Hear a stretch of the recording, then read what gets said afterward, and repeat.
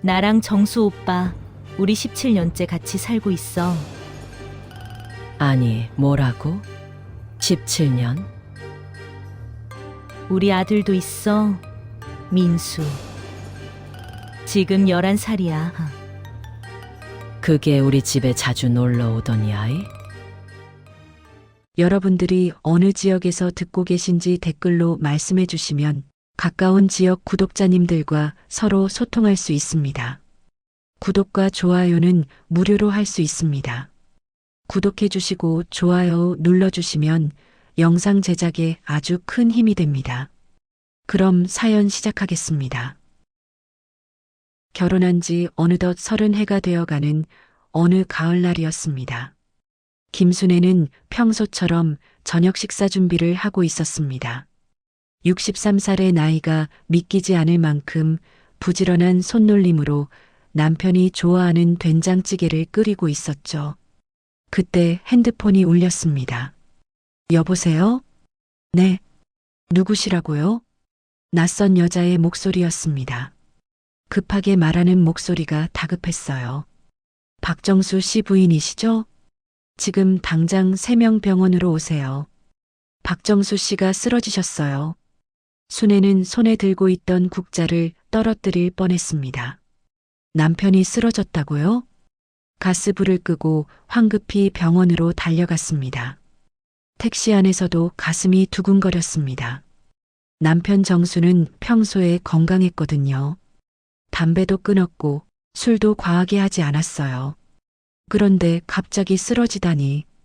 병원 응급실 앞에 도착했을 때 순애는 이상한 광경을 목격했습니다. 낯선 여자가 의사와 이야기를 나누고 있었어요. 50대 후반쯤 보이는 여자가 서류를 들고 심각한 표정으로 뭔가를 설명하고 있었습니다. 실례지만 박정수 씨는 제 남편인데요. 순애가 조심스럽게 말을 꺼냈습니다. 그러자 그 여자가 고개를 돌렸어요. 그리고 순애를 위아래로 훑어보더니 이렇게 말했습니다. 아, 부인이세요? 제가 먼저 연락을 드렸는데 저는 박정수 씨의 보호자로 등록된 사람입니다. 무슨 소리인지 이해가 안 됐습니다. 보호자라고요? 남편의 보호자는 당연히 자신이어야 하는데 저 여자는 대체 누구란 말입니까? 보호자요? 무슨 말씀이신지. 회사에서 응급 연락처로 제 번호가 등록되어 있어요. 아마 박정수 씨가 직장 동료한테 부탁한 모양이에요. 순애는 일단 그렇게 이해하기로 했습니다. 회사 동료일 수도 있겠다 싶었어요. 지금은 남편의 상태가 더 중요했으니까요. 의사는 남편이 심장질환으로 응급실에 실려왔다고 했습니다. 과로와 스트레스가 원인일 거라고 했어요. 다행히 큰 위험은 넘겼지만 일주일 정도 입원 관찰이 필요하다고 했습니다. 순애는 남편이 누워있는 병실로 들어갔습니다.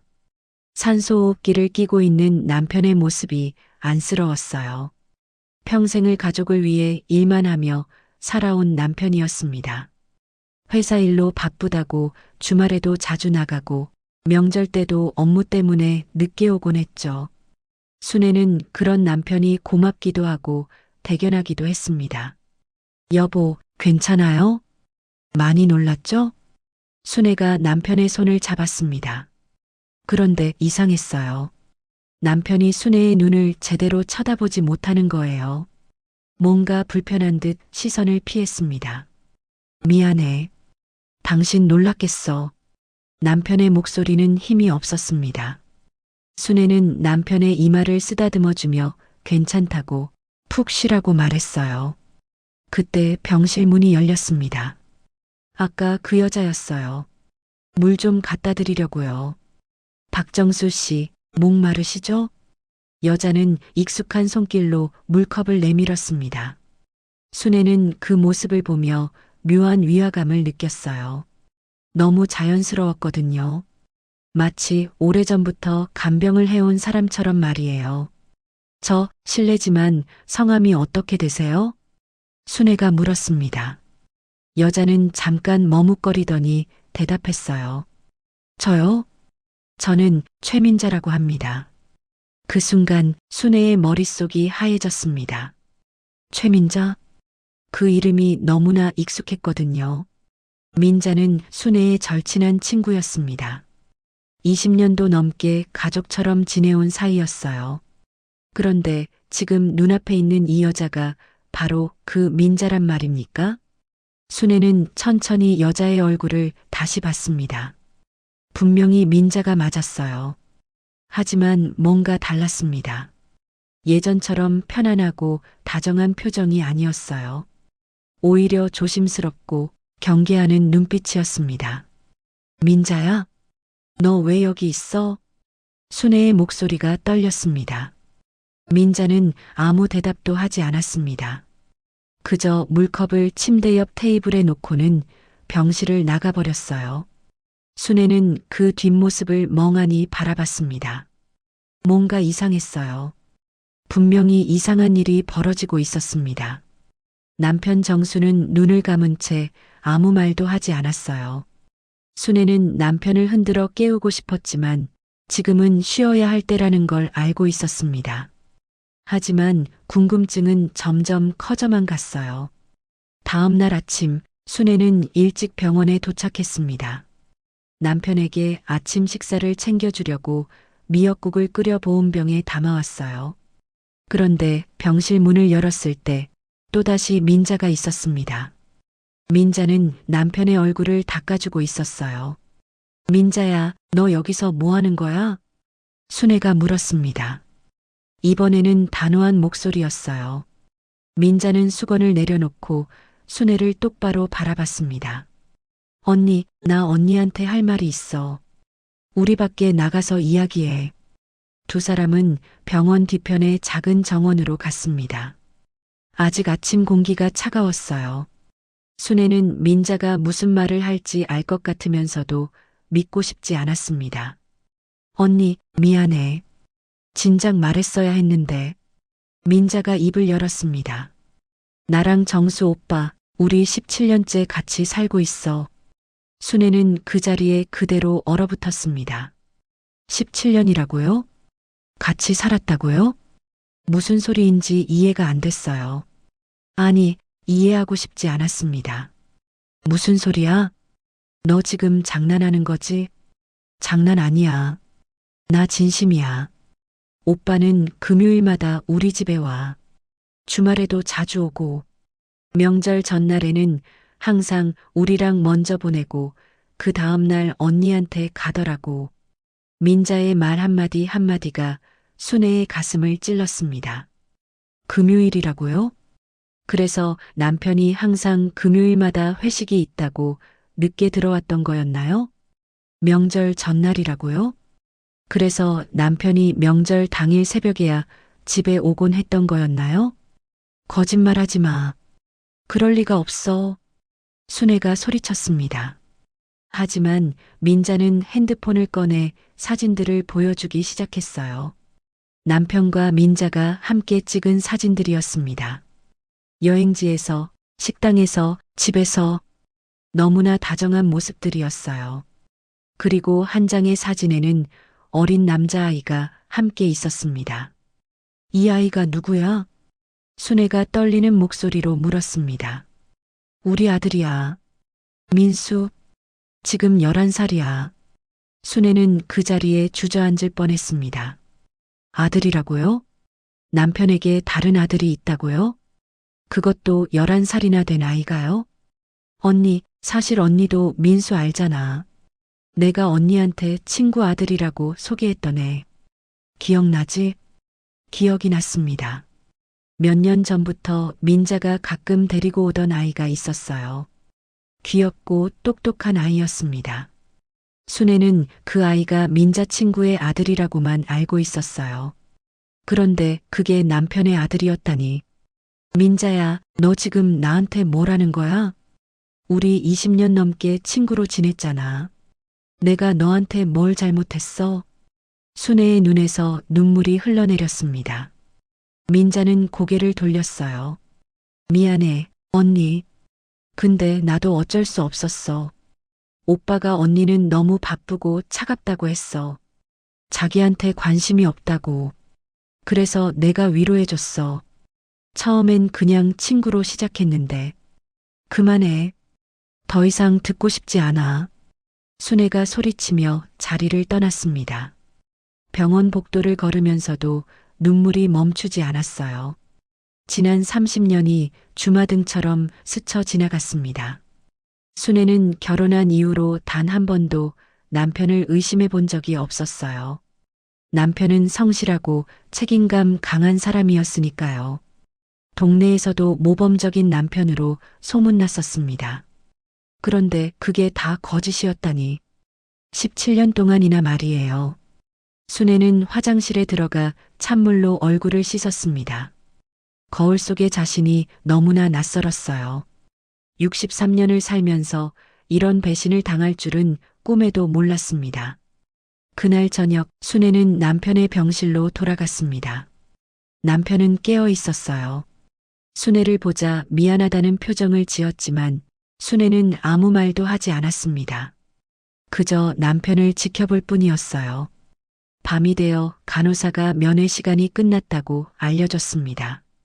순애는 짐을 챙겨 병실을 나섰어요. 그때 복도에서 민자와 마주쳤습니다. 언니. 민자가 말을 걸려고 했지만 순애는 그냥 지나쳤습니다. 더 이상 할 말이 없었어요. 집으로 돌아온 순애는 잠을 이룰 수가 없었습니다. 침대에 누워서도 계속 생각했어요. 17년. 그 긴 시간 동안 남편은 두 집을 오가며 살았습니다. 금요일마다, 주말마다, 명절마다. 그동안 자신은 혼자서 집을 지키며 남편을 기다렸는데 말이에요. 새벽이 되어서야 순애는 결심했습니다. 이대로 당하고만 있을 수는 없다고. 확실한 증거를 찾아야 한다고. 민자가 보여준 사진만으로는 부족했어요. 법적으로 대응하려면 더 많은 증거가 필요했습니다. 다음 날 순애는 남편이 입원해 있는 사이 집안을 샅샅이 뒤졌습니다. 남편의 서재부터 시작했어요. 책상 서랍, 책꽂이 뒤편, 옷장 구석구석, 그리고 마침내 침실 옷장 안쪽 깊숙한 곳에서 작은 금고를 발견했습니다. 금고의 비밀번호는 남편 생일이었어요. 순애는 떨리는 손으로 금고를 열었습니다. 안에는 각종 서류들이 가득했어요. 월세 계약서가 있었습니다. 계약자는 박정수. 주소를 보니 민자가 사는 집이었어요. 그러니까 남편이 민자의 집 월세를 내주고 있었던 겁니다.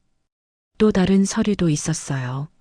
아이의 출생신고서, 이름은 박민수, 아버지란에 박정수, 어머니란에 최민자라고 적혀 있었습니다. 순애는 손이 부들부들 떨렸어요. 법적으로도 남편이 그 아이의 아버지로 등록되어 있었던 겁니다. 하지만 진짜 충격은 그 다음이었습니다. 부동산 투자 서류가 나왔어요. 투자자 명단에 박정수와 최민자가 공동 명의로 되어 있었습니다. 투자 금액은 2억 원. 엄청난 돈이었어요. 그런데 이 투자처가 익숙했습니다. 순애는 급히 핸드폰을 꺼내 검색했어요. 그 부동산 회사 이름을 입력하자 수많은 기사가 나왔습니다. 사기 사건이었어요. 투자자들을 속이고 돈을 가로챈 일당이 붙잡혔다는 내용이었습니다. 피해자들이 집단 소송을 준비 중이라는 기사도 있었어요. 순애는 서류를 더 자세히 들여다봤습니다. 투자 시기는 3년 전이었어요. 그리고 최근 법원 문서를 보니 이 투자금은 거의 다 날아간 상태였습니다. 사기꾼들이 돈을 빼돌렸고 회수 가능성은 거의 없다고 적혀 있었어요. 순애는 웃음이 나왔습니다. 남편과 민자가 함께 꾸린 행복한 가정이 사실은 허상 위에 세워진 거였어요. 2억 원이라는 거금을 날린 상태였습니다. 순애는 이 사실이 오히려 희망처럼 느껴졌어요. 적어도 저둘도 완벽하게 행복하지만은 않았다는 걸 알게 됐으니까요. 그날 오후 순애는 다시 병원으로 갔습니다. 이번에는 서류 뭉치를 들고 갔어요. 병실에 들어서자 남편이 놀란 표정으로 순애를 봤습니다. 당신, 이게 뭐야? 순애가 서류들을 침대 위에 던졌습니다. 월세 계약서, 출생신고서, 부동산 투자 서류. 남편의 얼굴이 창백해졌어요. 어떻게, 그걸? 금고 비밀번호가 당신 생일이더라고. 참 쉽죠? 순애의 목소리는 차가웠습니다. 남편은 아무 말도 하지 못했어요. 17년 동안 나를 속였어. 내 친구랑 바람 피우고 아이까지 낳고 그것도 모자라서 내 돈으로 우리 부부 재산으로 그 여자랑 투자를 했네. 그것도 사기당해서 돈 다 날리고. 순애야, 그건 말하지 마. 변명 같은 거 듣고 싶지 않아. 순애는 서류들을 다시 집어들었습니다. 당신이 회복되면 우리 할 이야기가 많아. 그때까지 잘 생각해봐. 어떻게 하면 이 상황을 수습할 수 있을지. 그때 병실 문이 열렸습니다. 민자였어요. 민자는 순애를 보더니 살짝 놀란 표정을 지었지만 이내 태연하게 들어왔습니다. 오빠, 괜찮으세요? 제가 죽으려 왔어요. 순애는 민자를 똑바로 쳐다봤습니다. 민자도 순애의 시선을 피하지 않았어요. 오히려 당당한 표정이었습니다. 민자 씨, 순애가 입을 열었습니다. 이제는 친구처럼 이름을 부르지 않았어요. 씨를 붙여 남처럼 불렀습니다. 17년 동안 수고 많았어요. 근데 이제 끝이에요. 더 이상 내 남편한테 얹혀 살 생각은 하지 마세요. 언니, 무슨 소리야? 오빠는 내 남자야. 언니 남편이기 전에 내 사람이라고. 민자의 목소리에는 적개심이 섞여 있었습니다. 순애는 조용히 웃었어요. 그래요. 그렇게 생각하세요. 근데 법적으로는 내가 정식 부인이에요. 재산도 당연히 내 거고요. 그리고 순애는 부동산 서류를 흔들어 보였습니다. 이 사기 사건 피해자 명단에 당신 이름도 있더라고요. 2억 원 날렸다며? 어떻게 메울 건지 궁금하네요. 민자의 얼굴이 굳어졌습니다. 민자는 순애의 말에 당황한 기색을 감추지 못했습니다. 2억 원이라는 돈은 결코 작은 금액이 아니었어요. 그 돈이 다 날아갔다는 사실을 순애가 알고 있다는 게 민자를 더욱 초조하게 만들었습니다. 그건 오빠가 알아서 할 일이야. 언니는 상관없잖아. 민자가 변명처럼 말했지만 목소리에 힘이 없었어요. 순애는 코웃음을 쳤습니다. 상관없다고? 그 돈이 어디서 나온 돈인데? 우리 부부가 평생 모은 돈이야. 공동재산이라고. 순애는 서류를 가방에 넣으며 병실을 나갔습니다. 뒤에서 민자와 남편이 무슨 말을 하는지는 듣지 않았어요. 더 이상 들을 필요도 없었습니다. 병원을 나온 순애는 곧장 법무법인으로 향했습니다. 미리 예약을 잡아둔 변호사 사무실이었어요. 젊은 여성 변호사가 순애를 맞이했습니다. 안녕하세요, 김순애 씨. 전화로 대략적인 내용은 들었습니다. 자세히 말씀해 주시겠어요? 순애는 처음부터 끝까지 이야기했습니다. 남편의 외도, 17년간의 이중생활, 민자와의 관계, 그리고 아이의 존재까지. 변호사는 고개를 끄덕이며 메모했어요. 그러면 현재 남편분과 그 여성이 공동 명의로 투자한 부동산이 사기 사건에 연루되어 있다는 거죠? 네, 맞아요. 이 서류를 보세요. 순애가 부동산 투자 서류를 건넸습니다. 변호사는 꼼꼼히 살펴봤어요. 이 회사 제가 알고 있는 곳입니다. 작년에 대규모 사기 사건으로 터진 곳이에요. 피해자만 100명이 넘고 피해액은 50억 원이 넘습니다. 현재 형사 재판이 진행 중이고요. 그럼 이 돈은 돌려받을 수 있나요? 솔직히 말씀드리면 어렵습니다. 사기범들이 이미 돈을 해외로 빼돌렸고 압류할 재산도 거의 없어요. 피해자들이 조금씩 나눠받는다 해도 투자금의 10%도 안 될 겁니다. 순애는 한숨을 쉬었습니다. 예상했던 대답이었지만 막상 들으니 답답했어요. 그럼 이혼 소송은 어떻게 되나요? 유리하십니다. 배우자의 부정행위가 명확하고 증거도 충분해요. 출생신고서까지 있으니 혼외 자식의 존재도 입증됩니다. 재산 분할에서 김순애 씨가 유리한 위치에 서실 겁니다.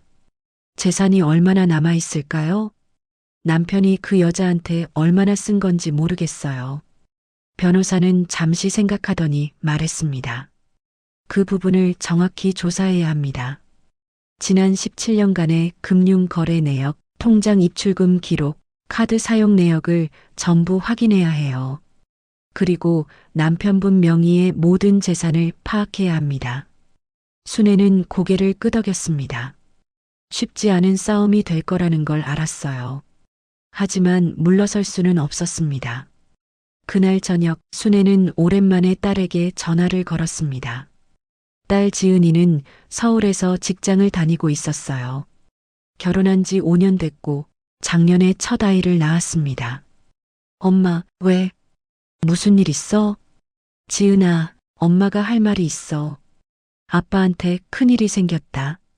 순애는 딸에게 모든 사실을 털어놓았습니다. 처음에 지은이는 믿을 수 없다는 반응이었어요. 엄마, 그게 무슨 소리야? 아빠가 그럴 리 없어. 아빠는 평생 성실하게 살았잖아. 엄마도 처음엔 그렇게 생각했어. 근데 증거가 있어. 출생신고서까지 있어. 내 아버지한테 11살짜리 아들이 또 있다. 전화기 너머로 딸의 흐느끼는 소리가 들렸습니다. 어떻게 그럴 수가 있어? 지은아, 엄마는 이제 결심했어. 아빠랑 이혼할 거야. 엄마, 괜찮아. 엄마는 괜찮아. 오히려 이제라도 알게 된 게 다행이야. 앞으로 10년, 20년을 더 속고 살 수는 없잖니. 딸은 한참을 울었습니다. 순애는 딸이 진정될 때까지 기다렸어요. 엄마, 내가 내려갈게. 이번 주말에 갈게. 그래, 천천히 와. 엄마는 괜찮으니까 걱정하지 마. 전화를 끊고 나서 순애는 창밖을 바라봤습니다. 가을 해가 지고 있었어요. 63년을 살면서 이렇게 큰 결심을 한 적이 없었습니다. 두렵기도 했지만 한편으로는 시원하기도 했어요. 다음 날 순애는 은행에 갔습니다. 남편과 공동 명의로 되어 있는 통장들을 확인하기 위해서였어요. 창구 직원에게 지난 17년간의 거래 내역을 요청했습니다. 고객님, 내역이 많아서 시간이 좀 걸릴 것 같습니다. 이메일로 보내드릴까요? 아니요, 지금 출력해 주세요. 기다릴게요. 1시간쯤 지나서 두꺼운 서류 뭉치를 받았습니다. 순애는 은행 로비 한쪽에 앉아서 천천히 살펴봤어요. 매달 규칙적으로 빠져나가는 돈들이 보였습니다. 20만 원, 30만 원, 때로는 50만 원씩. 17년 동안 이런 식으로 빠져나간 돈을 계산해 보니 대략 1억 5천만 원 정도였습니다. 순애는 한숨을 내쉬었습니다. 1억 5천만 원. 작은 돈이 아니었어요.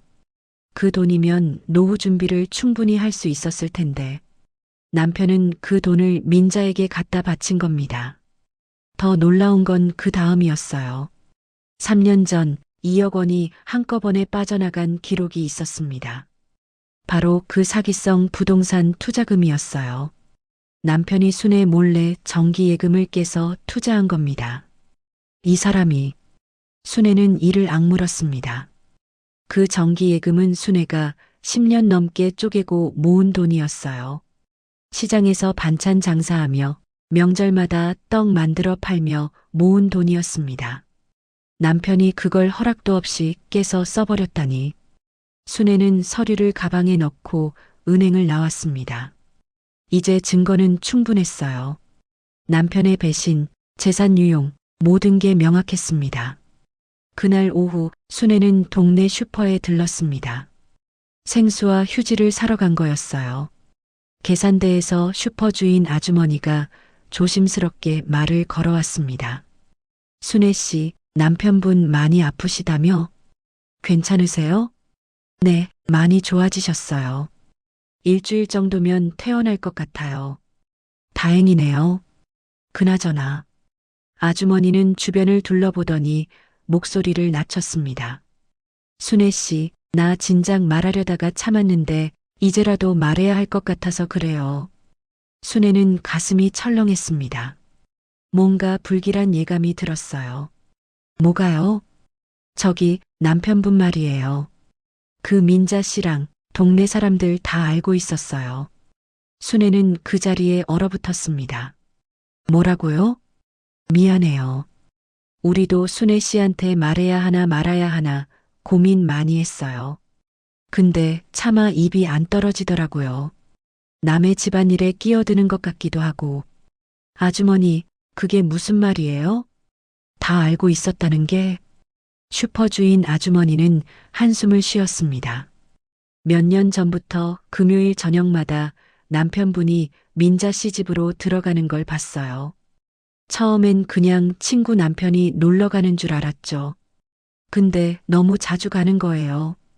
그것도 밤늦게까지 안 나오고. 이상하다 싶어서 다른 아주머니들한테 물어봤더니 다들 알고 있더라고요. 순애는 다리에 힘이 풀렸습니다. 동네 사람들이 다 알고 있었다고요? 명절 때도 그랬어요. 추석이나 설날 전날이면 항상 민자 씨 집에 먼저 들렀다가 다음날 아침에 순애 씨 집으로 가더라고요. 우리가 보기에도 이상했어요. 그럼 왜 아무도 저한테 말 안 해줬어요? 순애의 목소리가 떨렸습니다.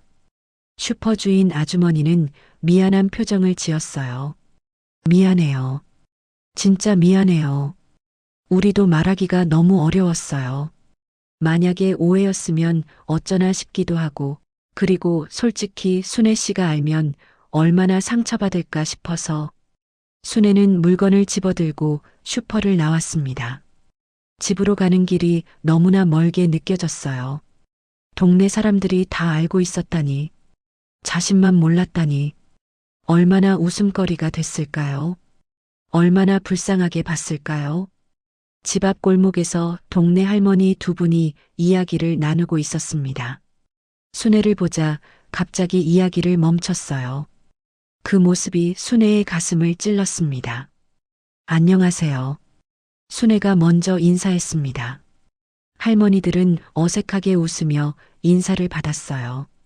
아이고, 순애 씨. 남편분 많이 좋아지셨다며? 네, 다행이요. 그나저나 순애 씨, 우리가 말이야. 한 할머니가 입을 열었습니다. 우리도 오래전부터 알고 있었어. 근데 차마 말을 못했어. 미안해. 똑같은 말이었습니다. 순애는 고개를 끄덕였어요. 괜찮아요. 이제 다 알게 됐으니까요. 순애 씨가 얼마나 착하고 성실하게 사는지 우리가 다 알잖아. 그런 순애 씨한테 저런 일이 생기다니 세상에 공평한 게 없어. 할머니의 말에 순애는 눈물이 날 것 같았지만 참았습니다.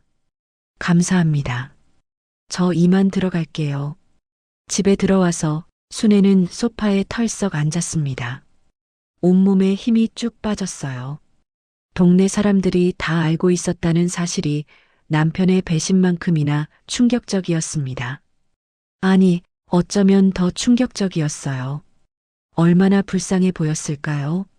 남편이 바람 피우는 줄도 모르고 혼자서 열심히 살아온 자신이, 사람들이 자신을 볼 때마다 속으로 혀를 끌끌 찼을 겁니다. 불쌍한 순애 씨, 혼자만 모르네. 이런 식으로 말이에요. 순애는 핸드폰을 꺼내 오래된 친구에게 전화를 걸었습니다. 학창 시절부터 알고 지낸 친구 영숙이었어요. 영숙아, 나 순애야. 어머, 순애야. 오랜만이다. 어떻게 지내? 나 너한테 물어볼 게 있어. 솔직하게 대답해줘. 순애의 심각한 목소리에 영숙도 긴장했습니다. 왜? 무슨 일이야? 너 우리 남편이랑 민자 이야기 들어본 적 있어? 전화기 너머로 침묵이 흘렀습니다. 영숙이 한참을 망설이다가 말했어요. 순애야, 미안해. 나도 소문으로 들었어. 몇 년 전부터. 왜 말 안 해줬어? 말을 어떻게 해? 소문일 수도 있잖아. 그리고 설마 했어. 민자가 내 친구인데 그럴 리 없다고 생각했지. 순애는 씁쓸하게 웃었습니다. 다 사실이야. 17년 동안 그렇게 살았대. 아이까지 있어. 세상에, 순애야, 괜찮아? 괜찮을 리가 있나? 근데 더 화나는 건 다들 알고 있었다는 거야. 나만 몰랐어. 나만 바보였어. 순애야, 그렇게 생각하지 마. 내가 잘못한 게 아니야. 알아. 머리로는 알아. 근데 마음은 그렇지가 않네. 전화를 끊고 순애는 거실을 천천히 둘러봤습니다. 30년을 함께 살아온 집이었어요. 저 소파도 남편과 함께 골라서 산 거였고, 저 식탁도 결혼 10주년 기념으로 바꾼 거였습니다. 모든 게 추억이었는데, 이제는 그 추억들이 다 거짓처럼 느껴졌어요. 순애는 결심을 더욱 굳혔습니다. 이 상황을 끝내야 한다고. 더 이상 바보처럼 살 수는 없다고.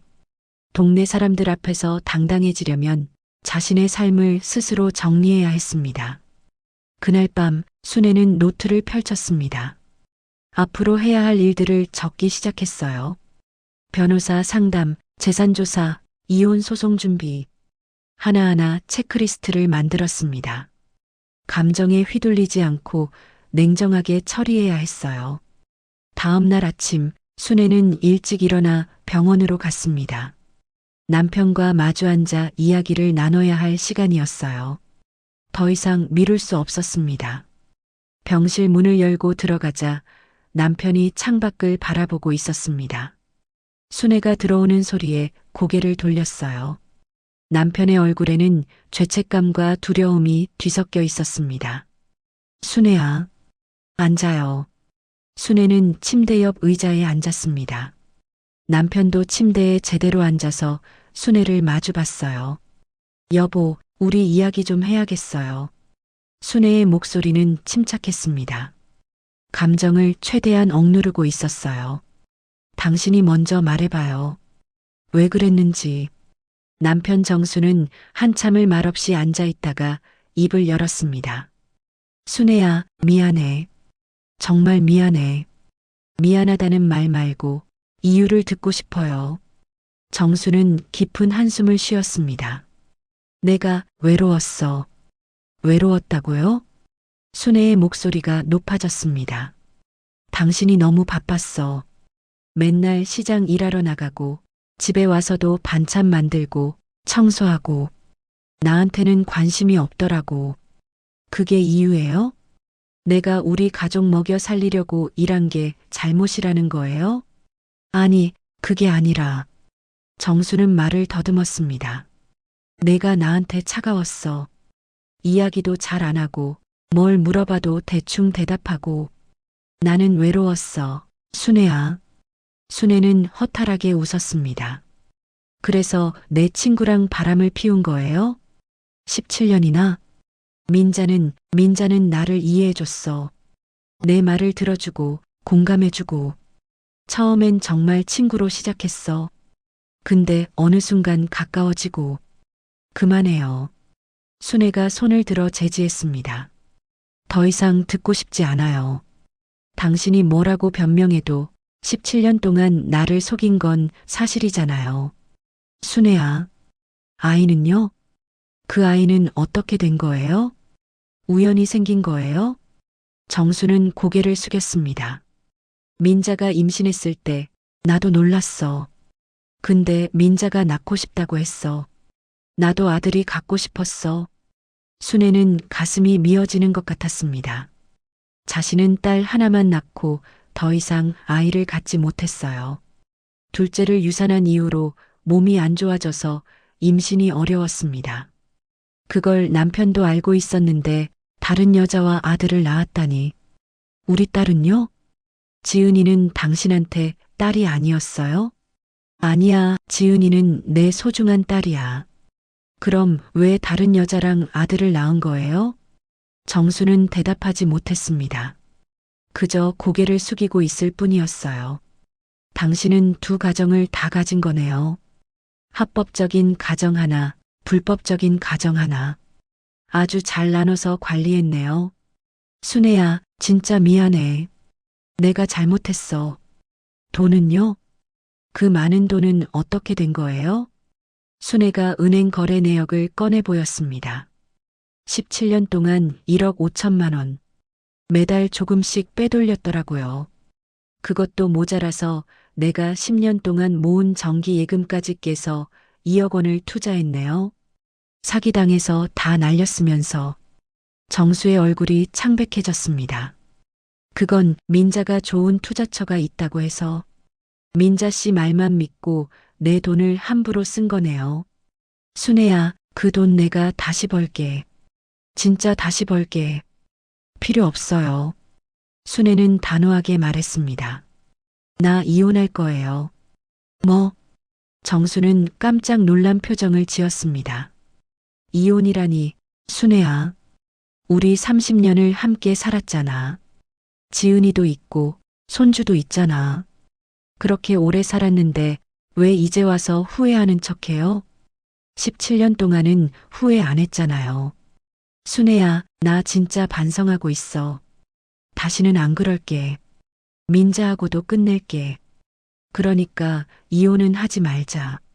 믿을 수 없어요. 순애는 일어섰습니다. 변호사 선임했어요. 곧 소송 준비 들어갈 거예요. 재산 분할도 제대로 할 거예요. 당신이 민자 씨한테 쓴 돈 다 계산해서 내 목 찾아갈 거예요. 순애야. 정수가 침대에서 내려와 순애의 손을 잡으려 했습니다. 하지만 순애는 손을 뿌리쳤어요. 손대지 마세요. 이제 당신은 나한테 남이에요. 그때 병실 문이 열렸습니다. 민자였어요. 민자는 순애와 정수를 번갈아 보더니 긴장한 표정을 지었습니다. 무슨 일이에요? 민자 씨, 때마침 잘 왔네요. 순애가 민자를 똑바로 봤습니다. 저 이혼할 거예요. 그러면 당신은 어떻게 할 건가요? 민자의 얼굴이 굳어졌습니다. 무슨 소리예요? 오빠는 내 남자예요. 언니가 이혼하면 오빠는 나한테 오는 거예요. 그래요? 그럼 재산은요? 당신이 알다시피 오빠가 사기당해서 2억 원 날렸잖아요. 남은 재산도 반으로 나누면 얼마 안 남아요. 그걸로 당신하고 당신 아들, 그리고 오빠까지 3명이 어떻게 살 건가? 민자는 대답하지 못했습니다. 순애는 비웃듯이 말을 이었어요. 17년 동안 내 남편한테 기생하면서 편하게 살았죠? 월세도 내가 낸 돈으로 내주고, 생활비도 내가 번 돈으로 보태주고, 이제 그게 끝나는 거예요. 언니라고 부르지 마세요. 우리 이제 남이에요. 순애는 병실을 나왔습니다. 뒤에서 정수가 부르는 소리가 들렸지만 돌아보지 않았어요. 그날 이후로 순애는 전쟁을 준비하는 사람처럼 움직였습니다. 매일 변호사 사무실에 들러 서류를 확인하고 은행을 돌며 재산 내역을 정리했어요. 부동산 등기부등본도 떼고 남편 명의로 된 모든 재산을 파악했습니다. 놀라운 사실이 하나 더 드러났어요. 남편이 민자 명의로 작은 상가를 한 채 사줬다는 겁니다. 5년 전 일이었어요. 그 상가는 지금 분식집으로 임대를 줘서 월세를 받고 있었습니다. 순애가 모르는 사이에 남편은 민자에게 노후 대비까지 해준 셈이었어요.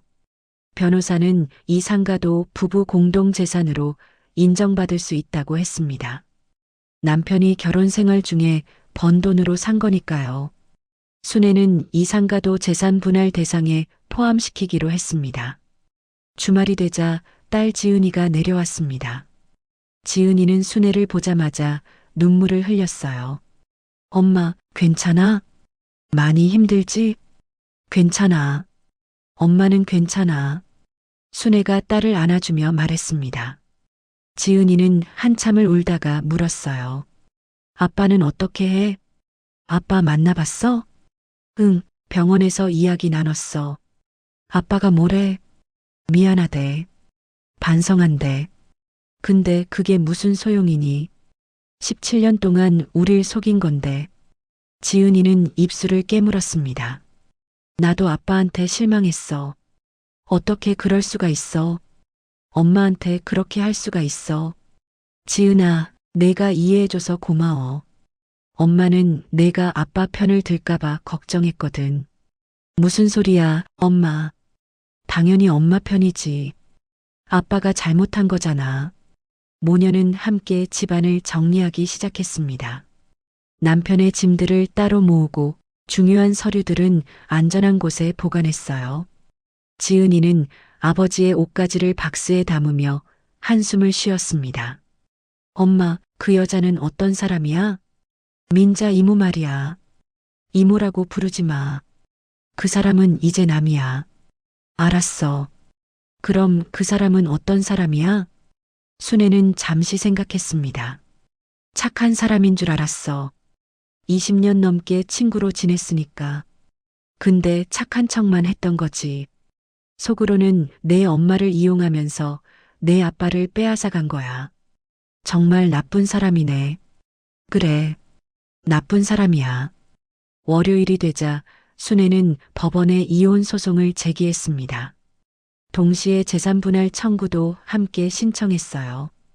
변호사는 유리한 조건으로 승소할 수 있을 거라고 했습니다.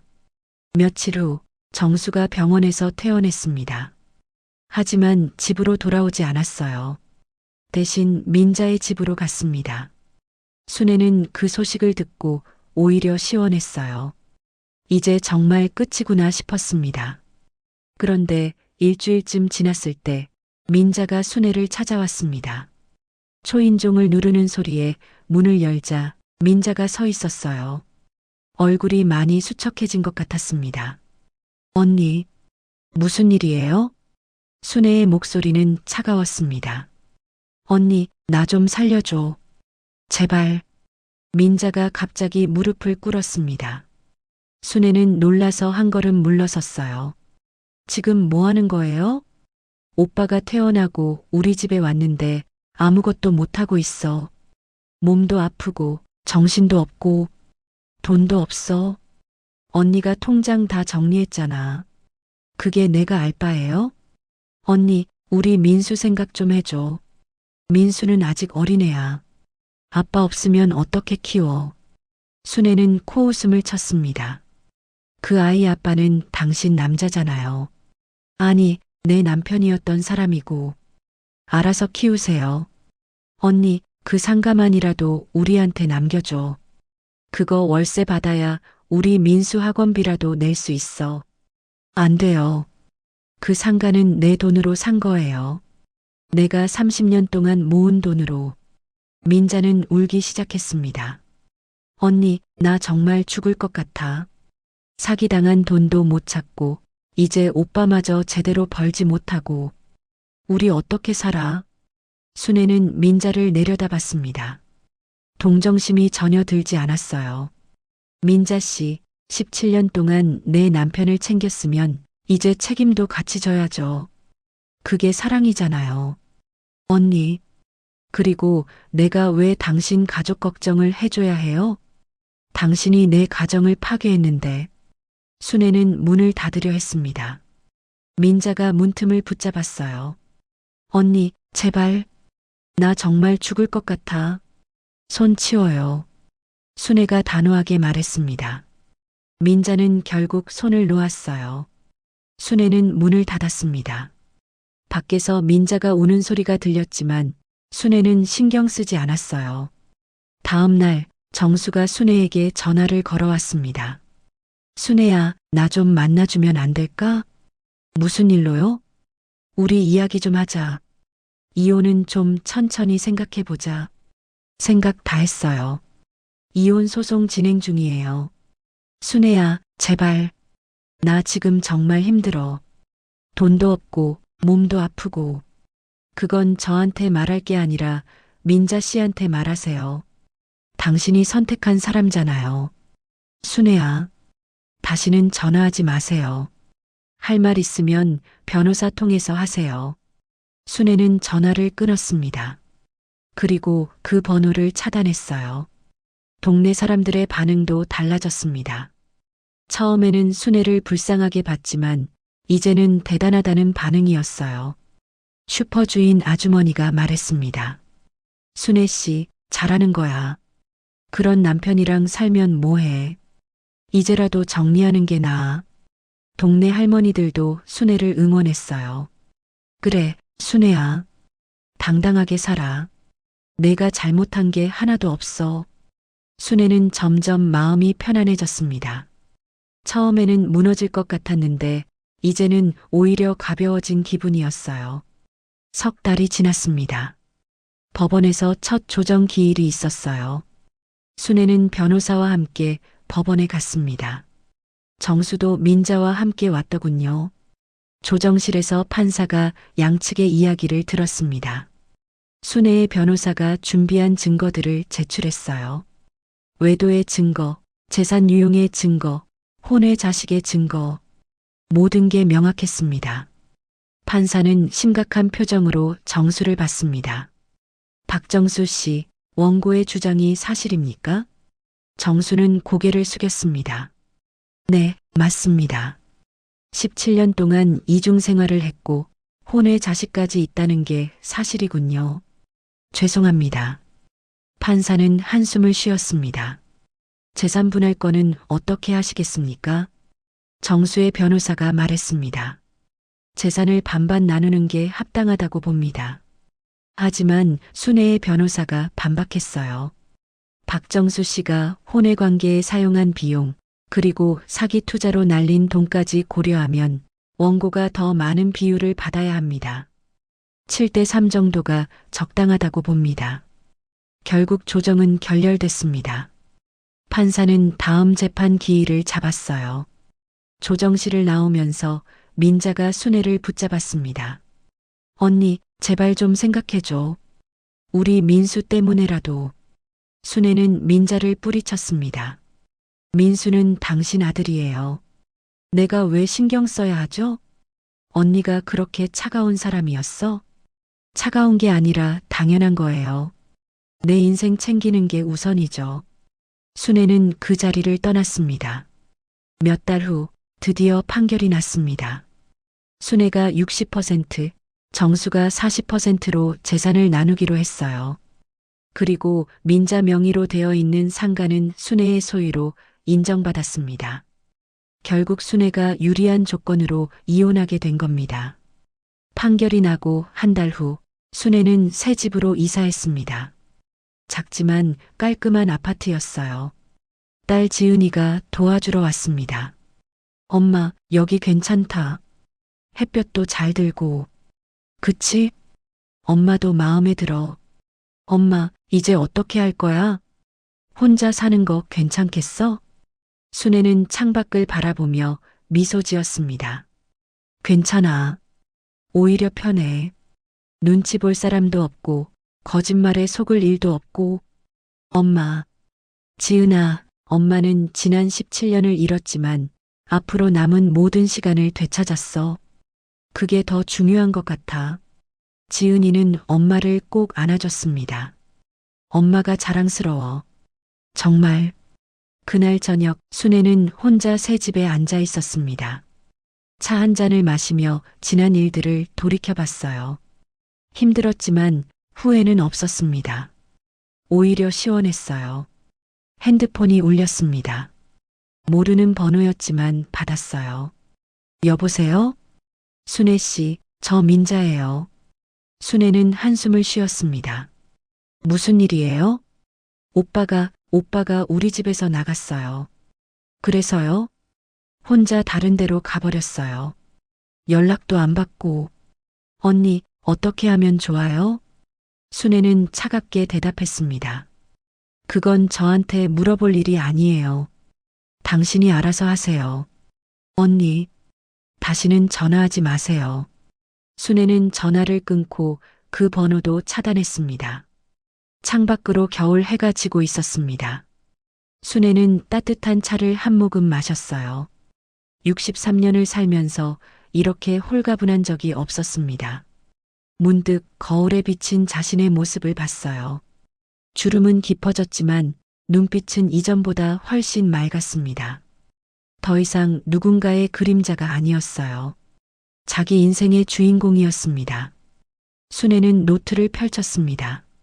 앞으로 하고 싶은 일들을 적기 시작했어요. 여행도 가고 싶고 새로운 취미도 가져보고 싶었습니다. 친구들도 만나고 딸과 손주와 더 많은 시간을 보내고 싶었어요. 이제 시작이었습니다. 새로운 인생의 시작. 다음 날 아침 순애는 일찍 일어나 동네 공원을 산책했습니다. 겨울 공기가 차가웠지만 상쾌했어요. 공원에서 만난 할머니가 말을 걸어왔습니다. 어머, 새로 이사 오셨어요? 네, 어제 이사 왔어요. 혼자 사세요? 네, 혼자요. 요즘 혼자 사시는 분들 많더라고요. 편하죠? 순애는 미소 지었습니다. 네, 편해요. 아주 편해요. 집으로 돌아와서 순애는 딸에게 문자를 보냈습니다. 지은아, 엄마 잘 지내고 있어. 걱정하지 마. 이번 주말에 너희 집으로 갈게. 손주 보고 싶다. 딸에게서 답장이 왔습니다. 엄마, 기다릴게요. 사랑해요. 순애는 핸드폰을 내려놓고 창밖을 바라봤습니다. 겨울이 지나면 봄이 올 겁니다. 새로운 계절이, 새로운 시작이 기다리고 있었어요. 몇 달 후, 순애는 동네 노인정에서 새로운 친구들을 사귀었습니다. 함께 등산도 다니고 요리 교실도 다녔어요. 삶이 다시 활기를 띠기 시작했습니다. 어느 날 순애는 민자를 우연히 마주쳤습니다. 민자는 많이 초췌해 보였어요. 순애를 보더니 고개를 숙이고 지나갔습니다. 순애는 아무런 감정도 느끼지 않았어요. 그저 스쳐 지나가는 남처럼 느껴졌습니다. 집으로 돌아오는 길에 순애는 생각했습니다. 자신이 잃은 건 17년이었지만 되찾은 건 남은 모든 시간이었다고, 그리고 그게 더 소중하다고. 순애의 새로운 인생은 이제 막 시작되었습니다. 누구의 아내도 누구의 그림자도 아닌 오직 김순애로서의 인생이었습니다. 끝까지 시청해 주셔서 감사드립니다. 구독해 주시고 좋아요 눌러 주시면 영상 제작에 아주 큰 힘이 됩니다. 이 영상을 카톡방에 공유해서 주위 분들과 공감하며 대화 나누시면 좋습니다. 시청 소감을 댓글로 부탁드립니다.